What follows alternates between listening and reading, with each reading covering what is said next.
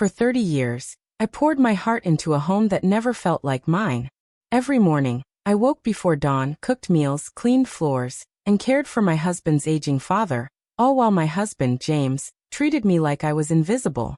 I was Linda, the woman who gave up her teaching job to keep his family together, but to him, I was just a servant.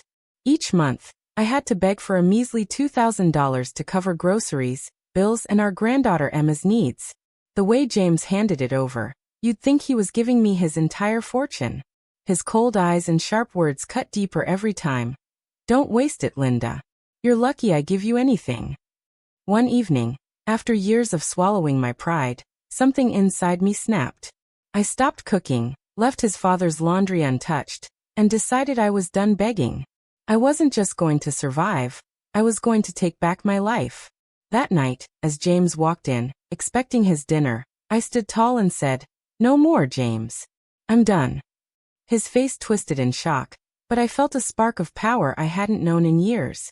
The air in our small Ohio home was thick with tension. James sat at the dining table, waiting for his plate, but I just stared at him, my hands trembling.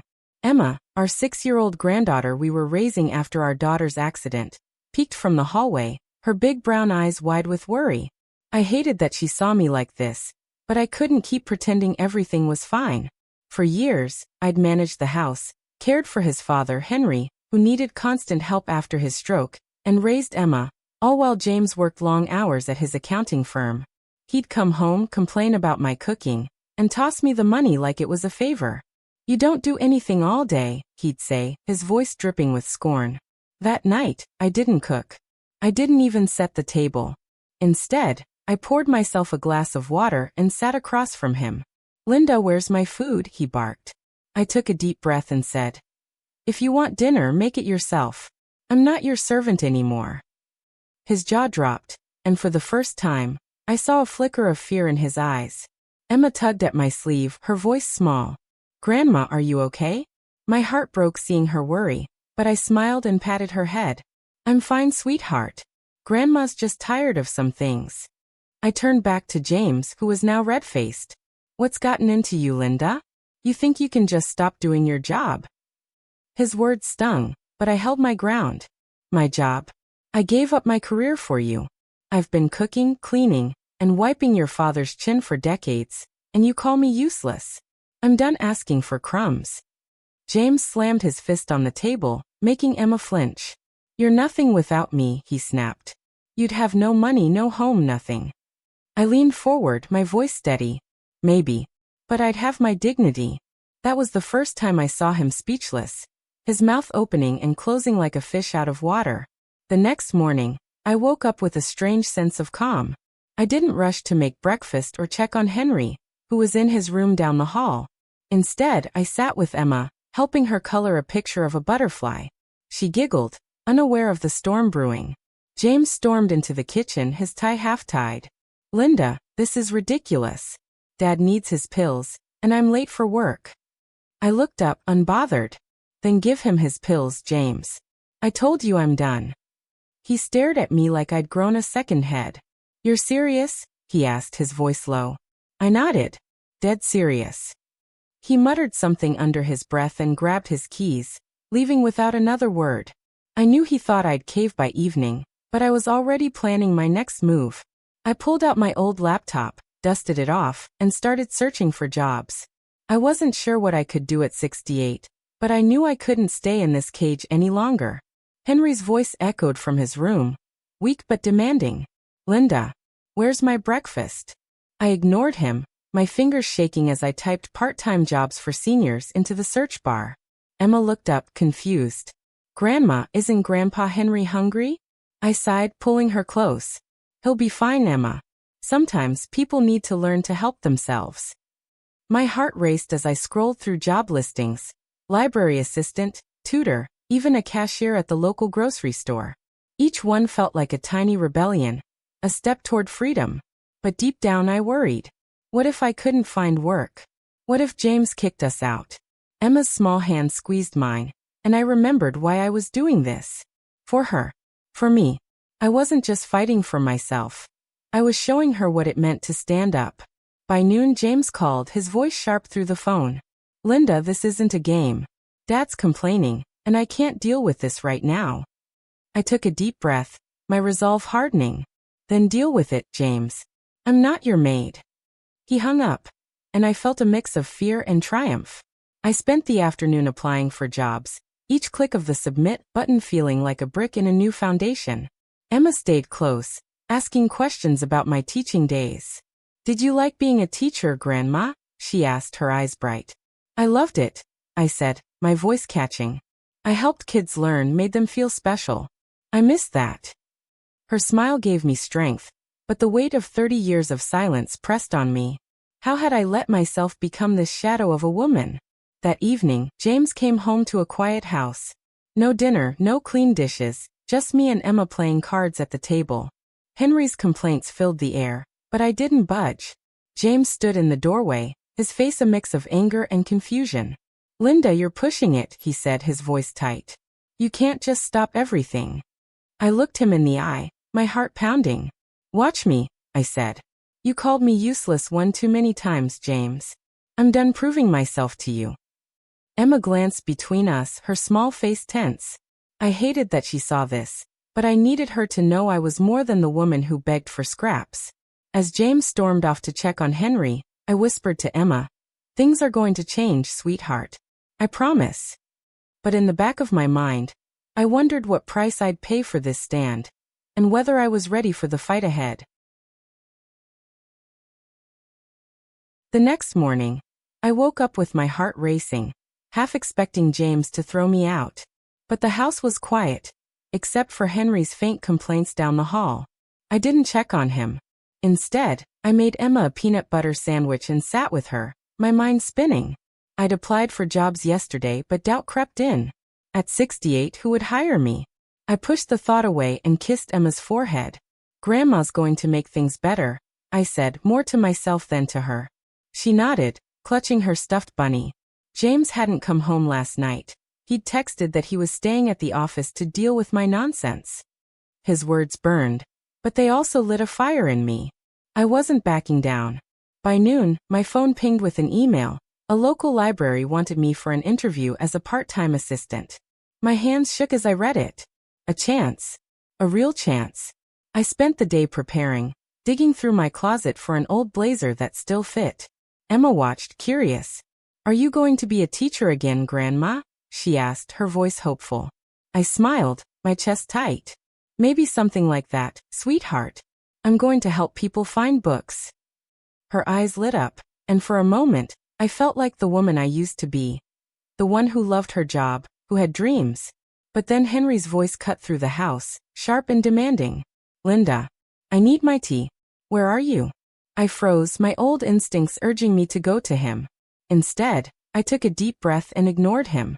Emma looked worried, but I squeezed her hand. He'll be fine, I said, but my stomach twisted. What if he fell? What if James used this against me? That afternoon, James stormed in, his face like thunder. Linda, what's wrong with you? Dad didn't eat all day, he shouted. Emma hid behind me, and I stood taller. I told you, James. I'm done being your servant. You want your dad fed? Do it yourself. His eyes narrowed, and he stepped closer, his voice low. You're useless, Linda. Always have been. You think you can just walk away from your duties. That word, useless, hit like a slap. It was the second time he'd said it in 2 days. My blood boiled, but I kept my voice steady. I'm not useless. I'm just done with you. He laughed, cold and mean. You'll come crawling back when you realize you've got nothing. He grabbed his coat and left, slamming the door. Emma's small sob broke the silence, and I hugged her tight, hiding my own tears. I couldn't sleep that night. James's words echoed in my head, mixing with memories of the life I'd given up. I'd been a good teacher, loved by my students, but James had convinced me to quit when we got married. Family comes first, he'd said, and I believed him. Now I saw it for what it was, control. I got up, tiptoed to the kitchen, and checked my email again. Another message. A tutoring agency wanted to meet me tomorrow. 2 opportunities in 1 day. It felt like a sign, but fear gnawed at me. What if I failed? What if I couldn't provide for Emma? I looked at her sleeping in her room, her bunny tucked under her chin, and my resolve hardened. I had to try for her. The next day, I left Emma with a neighbor, Diane, and headed to the library interview. My hands sweated as I sat across from the manager, a kind woman named Carol. "You've got experience with kids," she said, looking at my old teaching resume. "We need someone patient for our reading programs." I nodded, my throat tight.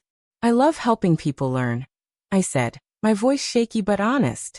She smiled, and for the first time in years I felt seen. As I left, my phone buzzed. James.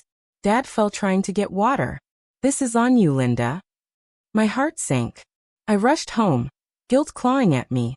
Henry was fine, just shaken, but James was waiting, his arms crossed. "See what happens when you play games?"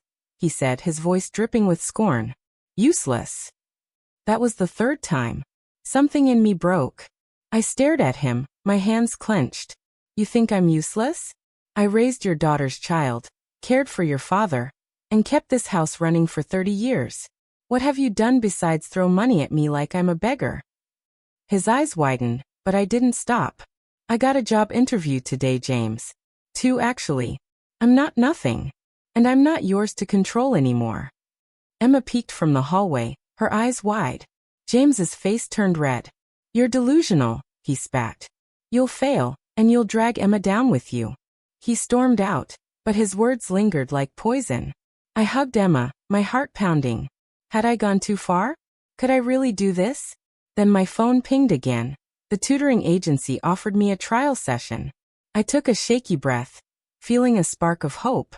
But as I looked at Henry's untouched tray of food, I wondered what else James would do to keep me in my place. That evening, Diane stopped by, her face worried. "Linda," I heard James yelling from across the street. "Are you okay?" I forced a smile, not wanting to worry her.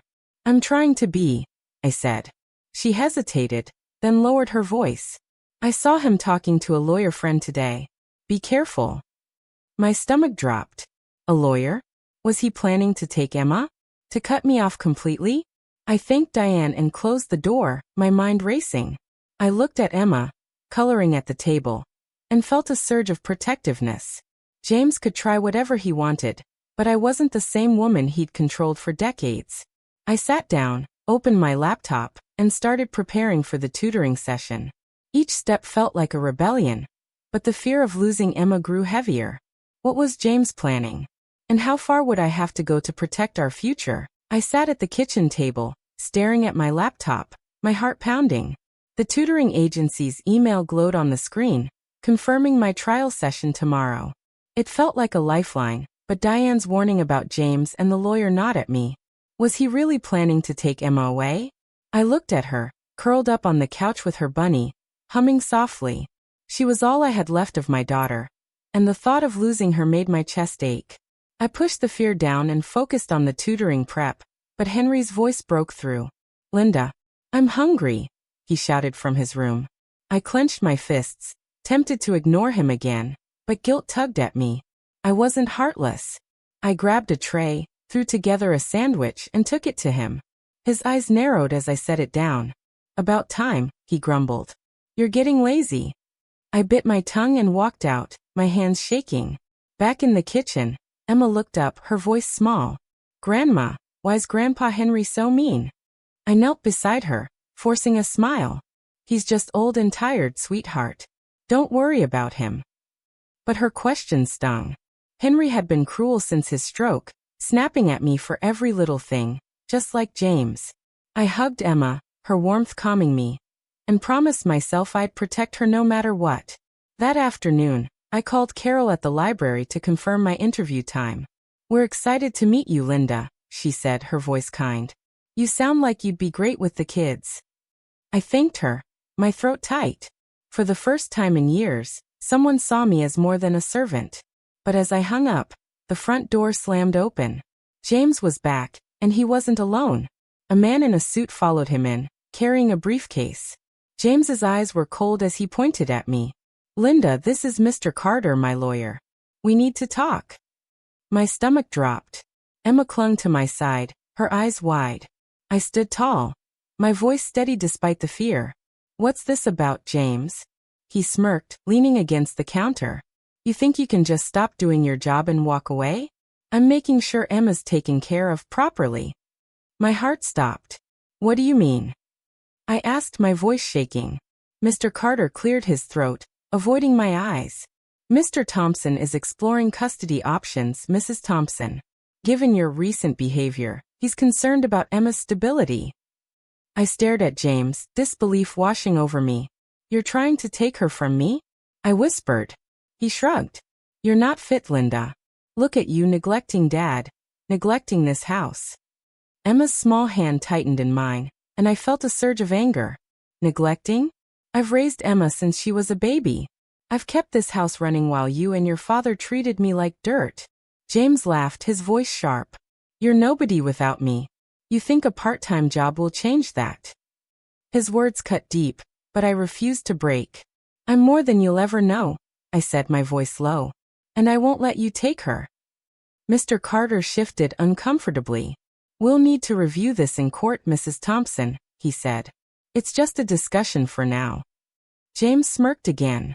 For now. As they left, Emma buried her face in my lap, sobbing. Don't let him take me, Grandma, she whispered. I held her close, my own tears falling. Never, I promised. That night, I couldn't sleep. James's threat hung over me like a storm cloud. I sat in the dark, thinking about the past.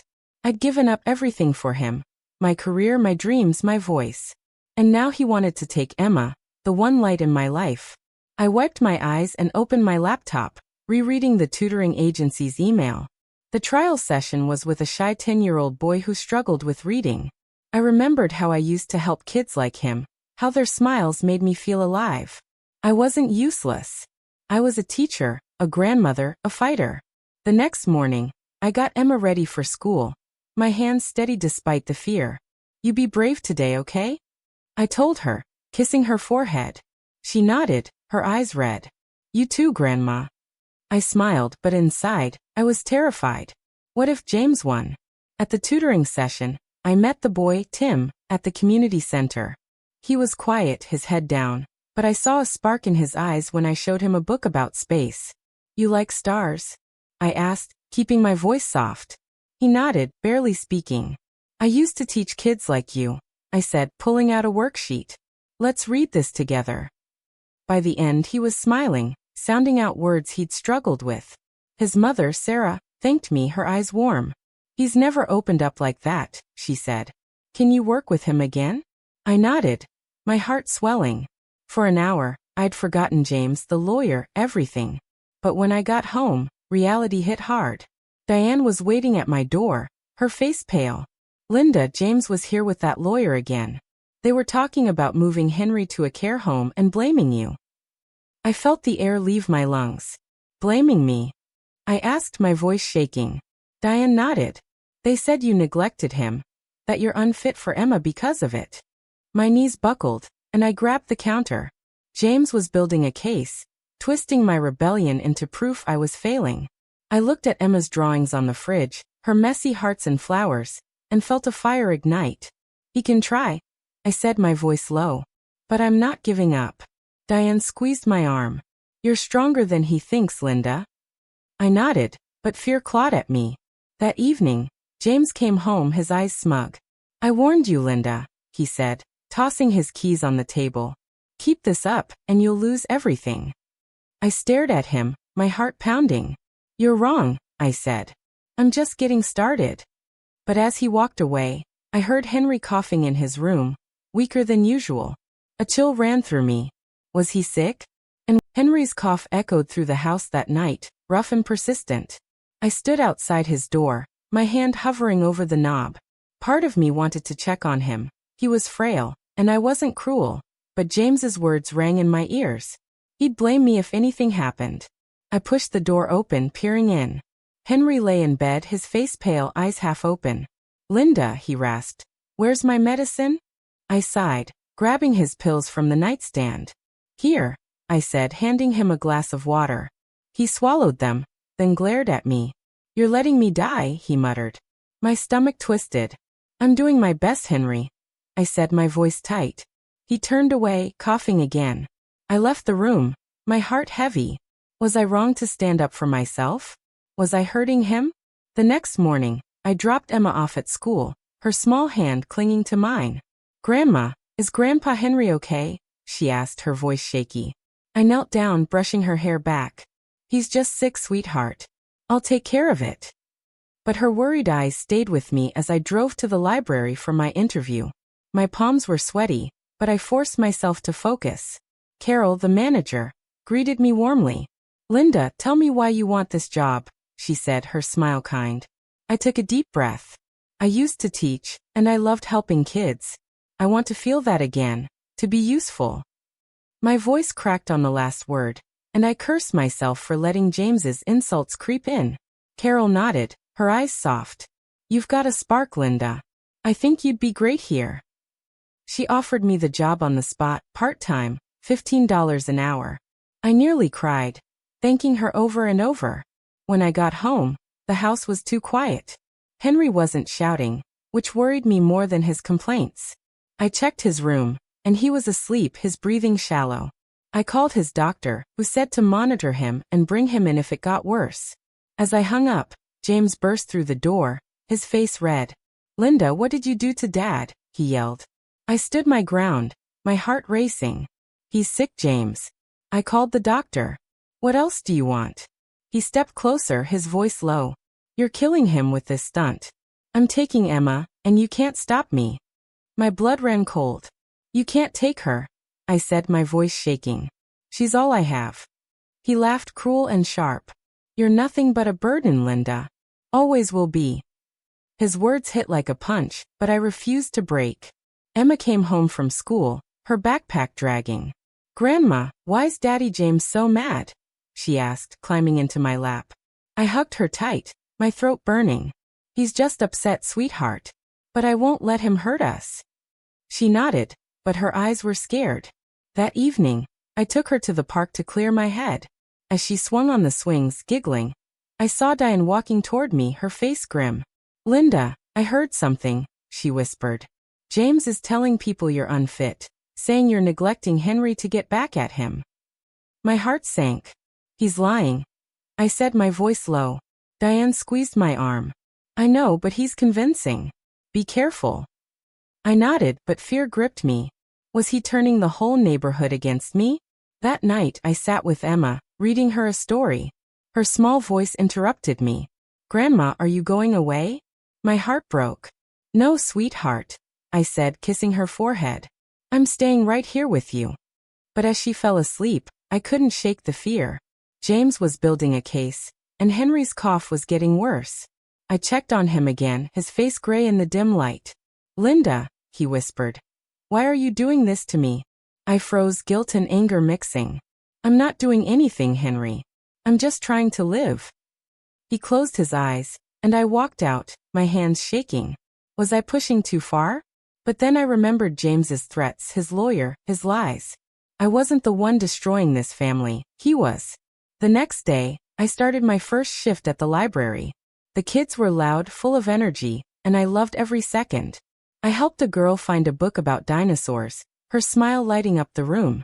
For a few hours, I felt like myself again, not a servant, but a woman with purpose. But when I got home, a police car was in the driveway. My heart stopped. An officer stood at the door, James beside him, his face smug. "Mrs. Thompson," the officer said, "we got a report of elder neglect. We need to talk." My knees buckled, but I caught myself. "Neglect?" I said, my voice shaking. "I've cared for Henry for years." James crossed his arms. "Not anymore, Linda. You left him to die." I stared at him, rage boiling over. "You're twisting everything," I said. "I called the doctor. I gave him his pills." The officer looked between us, unsure. "We'll need to investigate," he said. As he left, James leaned in, his voice a whisper. "You're done, Linda. Emma's mine." I stood frozen, watching him walk away, my world crumbling. But deep inside a fire burned. He thought he'd won, but I wasn't giving up. I stood in the doorway, my heart pounding as James's words echoed in my head. "Emma's mine." The police officer's visit left me shaken, but I wasn't going to let James win. I looked at Emma, asleep on the couch, her bunny clutched tight.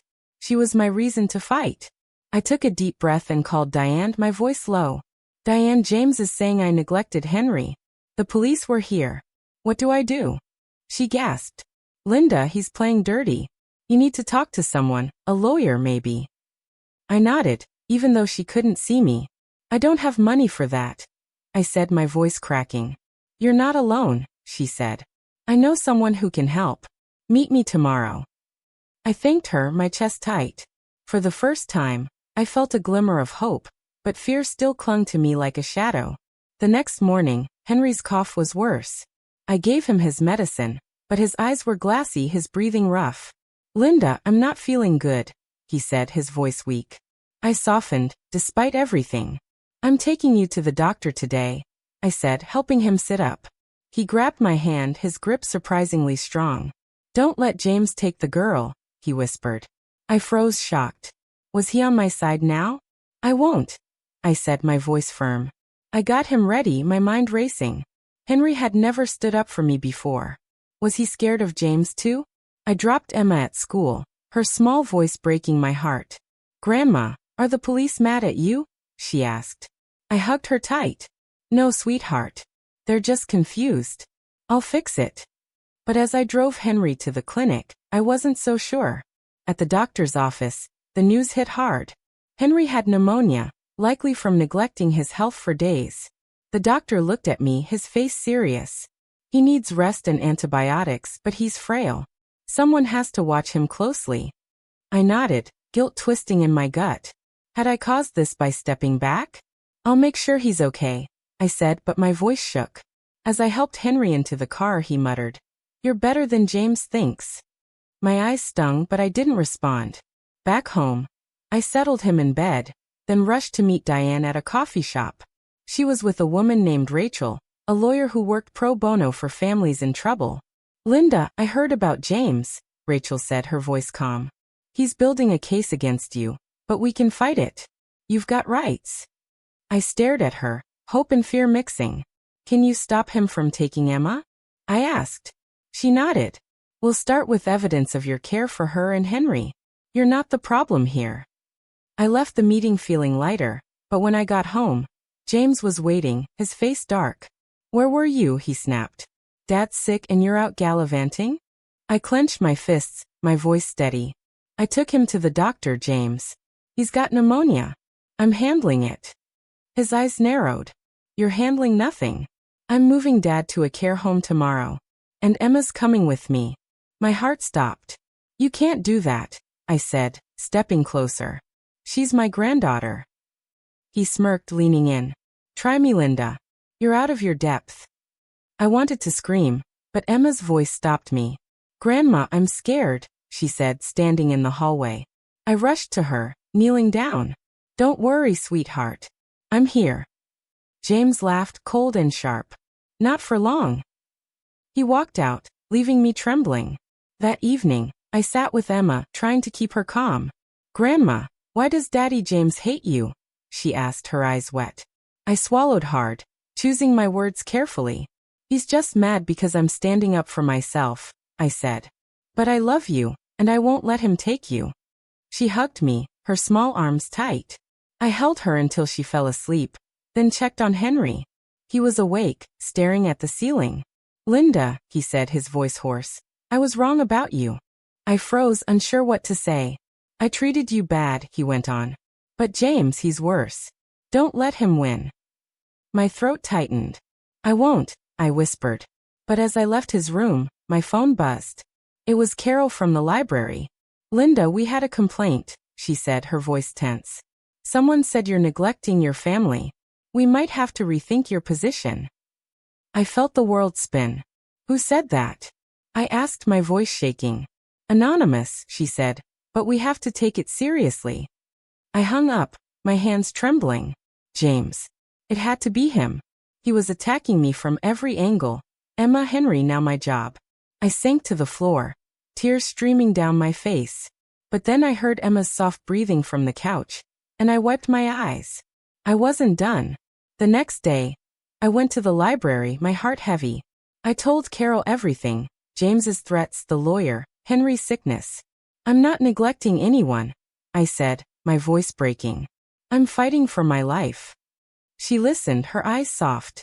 I believe you, Linda, she said. We'll sort this out. You're good at this job.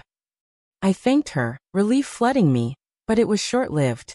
When I got home, a letter was taped to the door. It was from James's lawyer, demanding I attend a custody hearing for Emma next week. My hands shook as I read it. He was moving fast, trying to bury me. I called Rachel, my voice desperate. They're coming for Emma, I said. What do I do? She stayed calm. We'll prepare, Linda.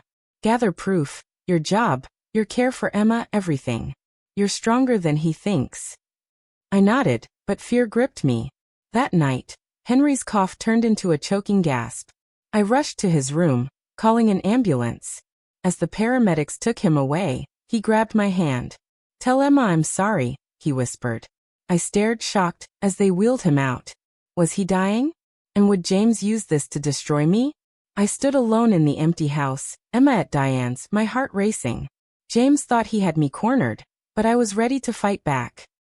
The hospital's fluorescent lights buzzed overhead as I sat by Henry's bed, my heart pounding. His breathing was shallow, hooked up to oxygen, and the doctor's words echoed in my mind. He's stable, but it's serious. Emma was still at Diane's, safe for now, but the custody hearing notice burned a hole in my pocket. James hadn't shown up at the hospital yet, which made me nervous. What was he planning? I looked at Henry, his face pale, and remembered his whispered apology. Tell Emma I'm sorry, he'd said. It didn't erase years of his cruelty, but it stirred something in me. Hope, maybe, or pity. My phone buzzed and I jumped. It was Rachel, the lawyer. Linda, we need to meet tomorrow, she said. James is pushing hard for custody. He's got witnesses saying you neglected Henry. My stomach twisted. Witnesses? I asked, my voice shaking. Who? She hesitated. Neighbors. Friends of his. We'll counter it, but you need to be ready. I hung up, my hands trembling. Neighbors? Had James turned our whole street against me? I thought of Diane's warning, her worried eyes. I couldn't trust anyone now. As I left the hospital, a nurse stopped me. Mrs. Thompson, your husband called. He said not to let you see Henry anymore. My blood ran cold. What? I said, my voice sharp. I'm his caregiver. She shrugged, uneasy. He said he's taking over. Legal orders. I stood frozen, rage and fear mixing. James was cutting me out, piece by piece. First Emma, now Henry. I drove home, my mind racing. The house was dark, and Emma's absence hit me like a punch. I called Diane, my voice desperate. Is Emma okay? I asked. She's fine, Linda, Diane said, but her tone was off. James stopped by. He asked me to testify about you neglecting Emma. My heart stopped. You didn't agree, did you? I whispered. She paused. No, but he's convincing, Linda. Be careful. I sank onto the couch, my head in my hands. James was everywhere, tightening the noose. But I wasn't the same woman who begged for grocery money. I grabbed my laptop and started typing a list. Every time I'd taken Henry to the doctor, every meal I'd cooked, every night I'd stayed up with Emma. Rachel needed evidence, and I'd give it to her. As I worked, my phone buzzed again. It was Sarah, Tim's mom from the tutoring session. Linda, Tim's asking for you, she said, her voice warm. He read a whole page today because of you. I smiled, tears stinging my eyes. I'll be there tomorrow, I said. That small win gave me strength, but it faded when I heard a knock at the door. It was late, too late for visitors. My heart raced as I opened it. A woman stood there, her face half hidden in the dark. Linda Thompson, she asked. I nodded, uneasy. I'm from social services. We got a report about your granddaughter. My knees buckled, but I gripped the doorframe. What report? I asked, my voice shaking. She stepped closer, her eyes serious. Someone said she's not safe here. We need to check on her, now. I stared, panic rising.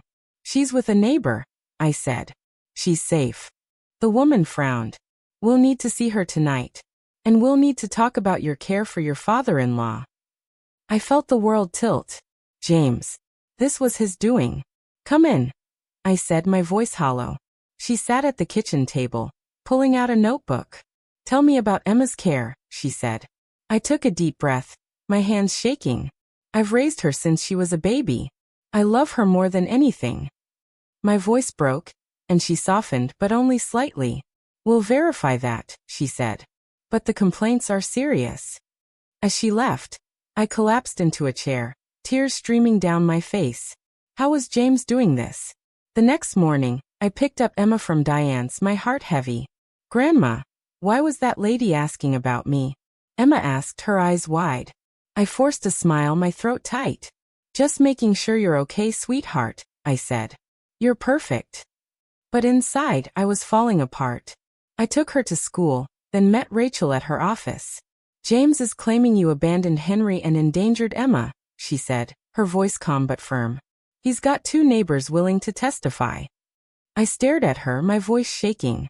They're lying, I said. I've given everything to them. Rachel nodded. I believe you, Linda. But we need proof. Medical records, school reports, anything showing you're a good guardian. I nodded, my mind racing. I've got a list, I said, handing her my notes. She smiled, impressed. This is a start. You're fighting back. That afternoon, I went to the library, determined to keep my job. Carol pulled me aside, her face worried. Linda, another complaint came in. Same story, neglect. But I told them you're great with the kids. I thanked her, my heart pounding. Who's doing this, Carol? I asked. She hesitated. I don't know, but it's someone with pull. I nodded, my jaw tight. James was relentless. When I got home, Diane was waiting, her face pale. Linda, James came by again, she whispered. He offered me money to testify against you. My blood ran cold. What did you say? I asked. She looked away, ashamed. I said no, but he's desperate. He mentioned a letter Henry wrote. My heart stopped. A letter? I asked. Diane nodded. He said it proves you're unfit. I don't know what it says. I felt a chill. What had Henry written? And why was James so sure it would destroy me? I checked on Henry at the hospital that evening, my stomach in knots. He was awake, his eyes clearer. Linda, he said, his voice weak. I wrote something for James. About you. My heart sank. What did you say? I asked, my voice shaking. He looked away, guilty. I was angry, said you stopped caring for me. I stared, betrayed. Henry, you know that's not true, I said, tears falling. He nodded, his eyes wet. I'm sorry. I was wrong. I left the room, my mind spinning. James had a letter. Proof to use against me. As I drove home, my phone buzzed. It was an unknown number. Mrs. Thompson, a man's voice said, stop fighting, or you'll lose more than Emma. The line went dead. I sat in my car, shaking, the darkness closing in. James wasn't just fighting, he was playing dirty. But I wasn't backing down. I sat in my car, the stranger's threat echoing in my ears. Stop fighting, or you'll lose more than Emma. My hands shook so bad I could barely hold the phone. Tears burned my eyes, but I wiped them away, thinking of Emma's small face, her trust in me. I'd given up everything for her. My dreams, my pride, my voice. I wasn't losing her now. I drove home, my heart heavy with fear and anger. The house felt empty without Emma's laughter, and Henry's absence left a strange quiet. I checked my phone for messages from Rachel, hoping for good news, but there was nothing. Just that chilling call. I sank onto the couch, clutching Emma's bunny, its soft fur grounding me. I remembered the day she came to live with us, a tiny girl who'd lost her mom. I'd promised to keep her safe, and now James was tearing that promise apart. The next morning, I woke up exhausted, my eyes puffy from crying. I got Emma ready for school, her small hand warm in mine. Grandma, you look sad, she said, her voice soft. I forced a smile, my heart breaking. I'm just tired, sweetheart, I said, kissing her forehead. You make me happy. She hugged me tight, and for a moment, I felt strong again. But as I dropped her off, I saw James's car parked across the street. He didn't get out, just watched me, his face cold. My stomach twisted. Was he following me now? I drove to the hospital to check on Henry, my mind racing. He was sitting up, looking better, but his eyes were heavy with guilt. "Linda," he said, his voice hoarse, "I messed up with that letter." I sat beside him, my throat tight. "Why'd you write it, Henry?" I asked, tears spilling over. "I cared for you every day." He looked down, his hands trembling. "I was mad, Linda. You stopped jumping when I called, and I didn't like it. But you're good to Emma. Better than I ever was." His words hit hard, a mix of pain and hope. I wiped my eyes, my voice shaking. "James is using it to take her from me," I said. Henry's face crumpled. "I didn't mean for that," he whispered. "Tell them I lied." I stared, shocked. "You'd do that?" I asked. He nodded, his eyes wet. "I owe you that much." I squeezed his hand, my heart torn. Henry had hurt me for years, but now he was trying to make it right. As I left, a nurse stopped me. "Your husband called again," she said. "He's coming to move Henry to a care home today." My blood ran cold. "He can't do that," I said, my voice sharp. She shrugged. "He says he's got power of attorney." I felt the ground shift. James was moving faster than I could keep up. I called Rachel, my voice desperate. "James is taking Henry to a care home," I said. "And he's got some letter Henry wrote. What do I do?" She stayed calm, her voice steady. "Linda, we'll challenge it. Get Henry to write a new statement, saying he was wrong. And keep documenting everything." I nodded, my hands shaking. "There's more," I said, my voice dropping. "Someone called last night, threatening me." Rachel went quiet. "That's serious," she said. "Save the number. We might need it." I hung up, my heart pounding. I went to the library, needing to feel normal, but Carol's face was tense. "Linda, another complaint," she said, her voice low. "They're saying you left Emma alone at night." I stared, my chest tight. "That's a lie," I said, tears welling up. "I'd never do that." Carol nodded, her eyes kind. "I know, but they're pushing hard. I'm fighting for you." I thanked her, but my heart sank. James was everywhere, destroying my life piece by piece. That afternoon, I picked up Emma from school, my eyes scanning for James's car. She climbed in, her face worried. "Grandma, a man asked me about you today," she said, her voice small. My heart stopped. "What man?" I asked, trying to stay calm. "He said he was from the school, but I didn't like him," she said, clutching her bunny. I pulled her close, my voice shaking. "You did good telling me, sweetheart. Don't talk to strangers, okay?" She nodded, and I drove home, my mind spinning. Was it social services? Or someone James sent? When we got home, Diane was waiting, her face pale. "Linda, I found something," she whispered, handing me a folded paper. "It was in my mailbox, addressed to you." I opened it, my hands trembling. It was a typed note, no signature. "Give up, or Emma pays." My knees buckled, and Diane caught me. "What's happening?" she asked, her voice scared. I couldn't speak, my tears falling. "James," I whispered. "He's not stopping." I sat with Emma that night, reading her favorite book, my voice shaking. "Grandma, are you scared?" she asked, her eyes big. I hugged her tight, my heart breaking. "A little," I said. "But I'm stronger than I look. And I'll keep you safe." She smiled, but her fear broke me. I tucked her in, then went to Henry's room, empty now, and cried. I remembered the woman I used to be, laughing with my students, dreaming of a happy family. James had taken that from me, but I wasn't letting him take Emma. I called Rachel again, my voice firm. "I need to stop him." I cut off mid-sentence, my phone trembling in my hand as I spoke to Rachel. "I need to stop him," I said again, my voice cracking. Tears streamed down my face, but I felt a fire burning inside. Emma's scared eyes, Henry's guilt, that awful note. James had pushed me too far. Rachel's voice was steady. "Linda, we're building a case. Henry's new statement helps, and we're tracking that threatening call. Stay strong." I nodded, wiping my eyes. "I will," I said, but fear clung to me. I looked at Emma's bedroom door, her soft snores carrying through. She was my world, and James was trying to rip her away. I sat at the kitchen table, clutching the threatening note, my heart pounding. Who had sent it? Was James that desperate? The next morning, I took Emma to school, my eyes darting around for James's car. I hadn't seen him since yesterday, and that scared me more than his yelling. "Grandma, you're quiet," Emma said, her small hand in mine. I forced a smile, my throat tight. "Just thinking, sweetheart," I said, kissing her forehead. "You be brave today, okay?" She nodded, her eyes worried, and I watched her walk into school, my chest aching. I drove to the hospital to see Henry, needing his new statement. He was weaker, his face pale, but his eyes lit up when he saw me. "Linda," he rasped. "I wrote it."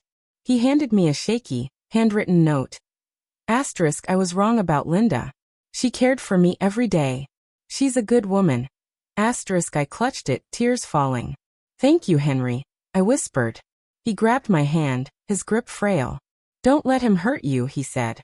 I nodded, my heart full of pain and gratitude. As I left the hospital, my phone buzzed. It was Carol from the library, her voice tense. "Linda, good news," she said. "We dismissed the complaints. You're keeping your job."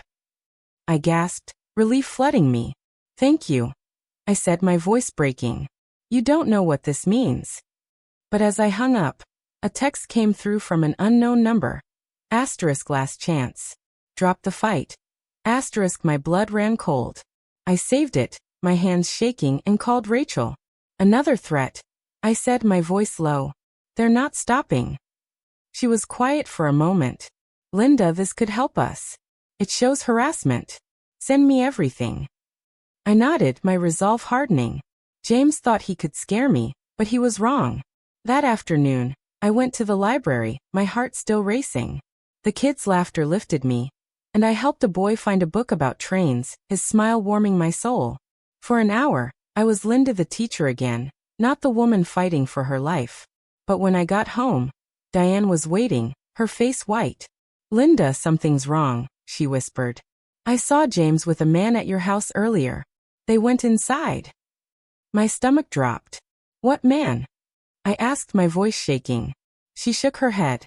"I don't know, but he looked rough. Be careful." I thanked her, my mind spinning. I checked the house, my hands trembling.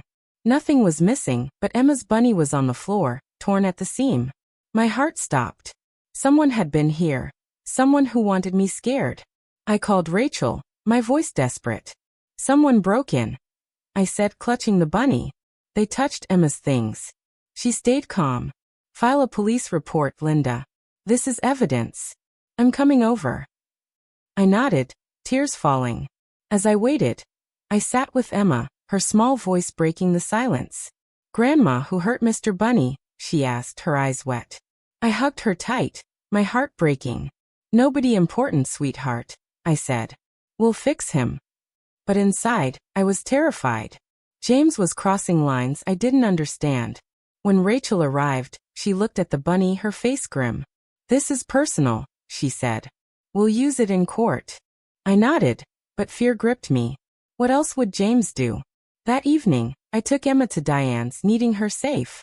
"Grandma, don't leave me," Emma said, her voice small. I knelt down, tears in my eyes. "I'm not leaving, sweetheart," I said. "I'm fighting so we can stay together." She hugged me, and I held her until she calmed down. Back home, I sat with Rachel, going over my evidence. Henry's statement, medical records, Emma's school reports. "You're strong, Linda," Rachel said, her voice kind. "We'll show the judge who you are." I nodded, but my heart was heavy. As she left, my phone rang. It was the hospital. "Mrs. Thompson," the nurse said, her voice urgent. "Henry's taken a turn. You need to come now." My heart stopped. I grabbed my keys, my mind racing. Was Henry dying? And would James use this against me? At the hospital, Henry was barely conscious, his breathing ragged. I sat beside him, tears streaming down my face. "Henry, stay with me," I whispered, holding his hand. His eyes fluttered open, weak but clear. "Linda," he rasped. "I'm sorry for everything." My throat tightened. "I forgive you," I said, my voice breaking. He squeezed my hand, then closed his eyes. The machines beeped steadily, but I felt a weight settle on me. If he died, James would blame me. I stayed until dawn, exhausted, then drove home. As I pulled into the driveway, I saw James's car. He was waiting on the porch, his face dark. "You happy now?" he said, his voice low. "Dad's dying because of you." I stared, rage boiling over. "You're wrong," I said, my voice shaking. "I cared for him. You're the one tearing us apart." He stepped closer, his eyes cold. "You'll lose Emma," he said. "And you'll have nothing." I stood tall, my heart pounding. "I'm not afraid of you anymore," I said. But as he walked away, a chill ran through me. Something worse was coming. I stood frozen on the porch, James's words ringing in my ears. "You'll have nothing." His cold stare lingered as he drove away, leaving me shaking. My heart ached for Emma, for Henry, for the life I'd fought so hard to hold together. I walked inside, the house too quiet, and sank into a chair, clutching Emma's torn bunny. Its ripped seam felt like my life, frayed but not broken. I thought of the custody hearing, now just days away, and the threats piling up. James was closing in, but I wasn't the woman he'd called useless anymore. I wiped my tears and called Rachel, my voice steady. "James is at it again," I said. "He's blaming me for Henry. What's next?" Rachel's voice was calm but urgent. "Linda, we've got Henry's new statement and the police report from the break-in. But I found something else. James has been hiding money. It could change everything." My breath caught. "Hiding money?" I asked, my voice low. Rachel explained. "He's been moving funds to an account you don't know about. It looks like he's planning to cut you off completely." I felt a chill. James wasn't just fighting for Emma. He was trying to leave me with nothing. "Can we use this?" I asked, my heart racing. "Yes," Rachel said. "It shows he's manipulative. We'll bring it up in court." I hung up, my mind spinning. James had always controlled the money, handing me just enough to survive. Now I knew why. He'd been planning this for years. I looked at Emma's drawings on the fridge, her bright colors giving me strength. I wasn't letting him win. The next morning I went to the hospital, my stomach in knots. Henry was awake, his breathing still weak. "Linda," he whispered. "I heard James talking about a plan." My heart stopped. "What plan?" I asked, leaning closer. His eyes were scared. "He wants you gone. Out of the house, out of Emma's life. He's got someone helping him." I stared, fear and anger mixing.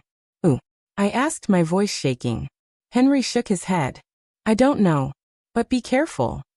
I squeezed his hand, my throat tight. "Thank you," I said, tears falling. Henry's change of heart was a lifeline, but his words terrified me. I left the hospital, my eyes scanning the parking lot. Was someone watching me? I felt eyes everywhere. When I picked up Emma from school, she was quieter than usual. "Grandma, I saw Daddy James with a lady today," she said, her voice small. My heart sank. "What lady?" I asked, keeping my voice calm. "She had a red coat," Emma said, clutching her backpack. "They were talking about me." I pulled her close, my mind racing. Was this the person helping James? I drove home, my hands tight on the wheel. Diane was waiting, her face worried. "Linda, I saw a woman in a red coat at James's office yesterday," she said, her voice low. "She's not from around here." I felt a chill. "Did you hear anything?" I asked. Diane hesitated. "Just her saying, 'Make sure Linda's out.' I don't know what it means." My blood ran cold. James wasn't just fighting in court.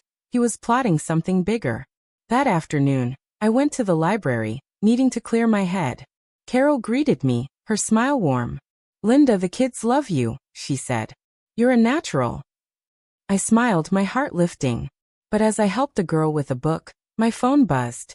It was a voicemail from an unknown number. I stepped outside, my hands shaking, and played it. A woman's voice, low and sharp, said, "Leave town, Linda, or Emma gets hurt." My knees buckled, and I gripped the wall. I saved the message, tears streaming down my face. This wasn't just James. It was someone else, someone dangerous. I called Rachel, my voice desperate. "A woman threatened Emma," I said. "She's working with James." Rachel's voice was firm. "Send me the voicemail. We'll trace it. Linda, you're not alone." I nodded, but fear consumed me. Who was this woman? That evening, I sat with Emma, trying to act normal. "Grandma, why do you look scared?" she asked, her eyes big. I hugged her tight, my heart breaking. I'm just worried about Grandpa Henry, I said, not wanting to scare her. But her small hand patted my cheek. You're strong, Grandma, she said. I cried, holding her close. Her faith in me was everything. Later, I checked the house, locking every door, my nerves on edge. As I tucked Emma in, my phone buzzed again. It was Sarah, Tim's mom. Linda, I heard something odd, she said, her voice tense.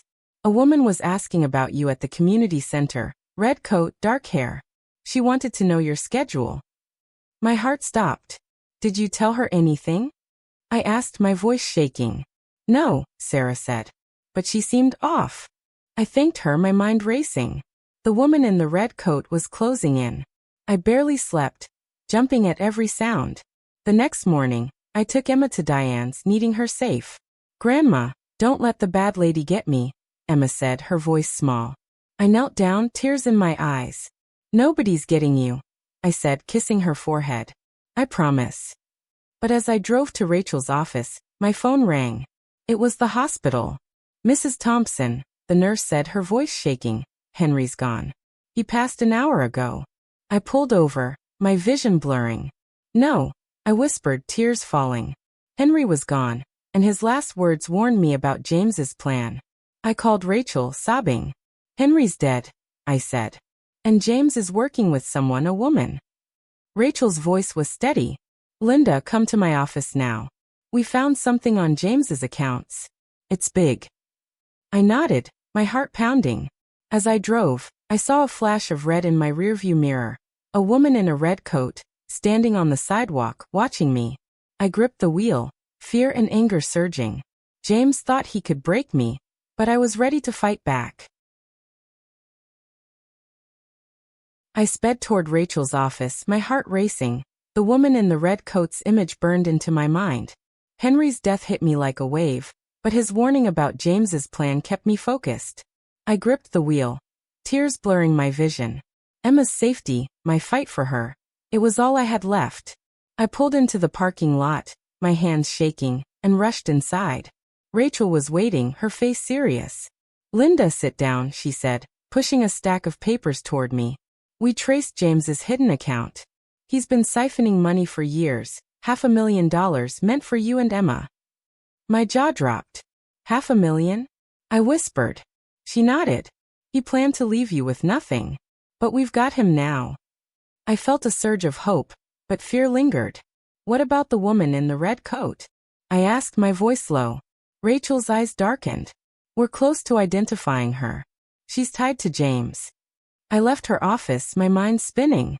James had stolen from us, betrayed us, and now he had someone threatening Emma. I drove to Diane's to pick up Emma, my heart heavy. She ran to me, her small arms tight around my neck. Grandma, you're back, she said, her voice bright. I hugged her, tears falling. Always, sweetheart, I said. But as we walked to the car, I saw James's car parked across the street. He stepped out, his face cold. Linda, this ends now, he said, his voice sharp. Sign over custody, or you'll lose more than you already have. My blood boiled. I stepped between him and Emma, my voice steady. You've lied, stolen, threatened me, I said. I'm not scared anymore, James. You're done. His eyes flashed, but I saw a flicker of fear. He turned and drove off, leaving me shaking. The next day, I went to the library, needing strength before the custody hearing. Carol pulled me aside, her smile warm. Linda, the kids made you a card, she said, handing me a colorful drawing. It said, "We love you, Miss Linda." I cried, my heart full. These kids saw me, really saw me, not as a servant but as someone who mattered. I thanked her, then headed to court, Henry's statement and Rachel's evidence in my bag. The courtroom was cold, Emma sitting with Diane, her eyes wide. James sat with his lawyer, his smirk gone. Rachel stood tall, her voice clear. Your Honor, James Thompson has manipulated his family, hidden assets, and harassed Linda to control her, she said, presenting the bank records, Henry's new statement, and the threatening messages. I held my breath, my hands trembling. James's lawyer fought back, reading Henry's old letter, and calling neighbors who claimed I'd neglected Emma. But Rachel was ready. She called Diane, who testified, Linda's a loving grandmother. James is lying to hurt her. Then Sarah, who said, "Linda's tutoring changed my son's life." I took the stand, my voice shaking but strong. "I gave up everything for my family," I said, tears falling. "I raised Emma, cared for Henry, and built a home. James called me useless, but I'm not. I'm her grandmother and I love her." Emma's small sob echoed, and the judge's eyes softened. After hours of back and forth, he spoke. "Mrs. Thompson, you've shown clear devotion. Custody remains with you. Mr. Thompson, you've acted dishonorably. The hidden funds will be returned to your wife." I gasped, hugging Rachel as tears streamed down my face. Emma ran to me sobbing. "We won, Grandma," she said. I held her tight, my heart bursting. But as we left the courtroom, I saw the woman in the red coat outside, her face pale. She turned and ran, and I knew James had lost his ally. That evening, Rachel called with news. "The woman's name is Claire, James's old business partner," she said. "She confessed to the threats. James paid her to scare you. They're both facing charges." I sank onto the couch, relief washing over me. James's plan had crumbled, and he'd face justice. Weeks later, I sat with Emma at the kitchen table, her bunny fixed with new stitches. "Grandma, are we safe now?" she asked, her eyes bright. I smiled, my heart full. "Yes, sweetheart," I said. "We're free." I kept my library job, teaching kids to love books, and started tutoring again, saving for Emma's future. The money James hid came back to us, enough to keep our home and start fresh. I visited Henry's grave, laying flowers down. "You tried to make it right," I whispered, forgiving him fully. James moved away, his reputation ruined, and I heard he'd lost his job. He'd called me useless 3 times, but I'd shown him what I was worth. Looking back, I learned something simple but powerful. My strength was never gone, just buried. I'd let James's words define me, but standing up for Emma, for myself, brought it back. I wasn't just a grandmother or a caregiver. I was Linda, a woman who could fight and win. I told Emma that night, "Always stand up for yourself, sweetheart. You're worth it." She nodded, her smile my greatest reward. Life wasn't perfect, but it was ours, and I'd never let anyone take that away again.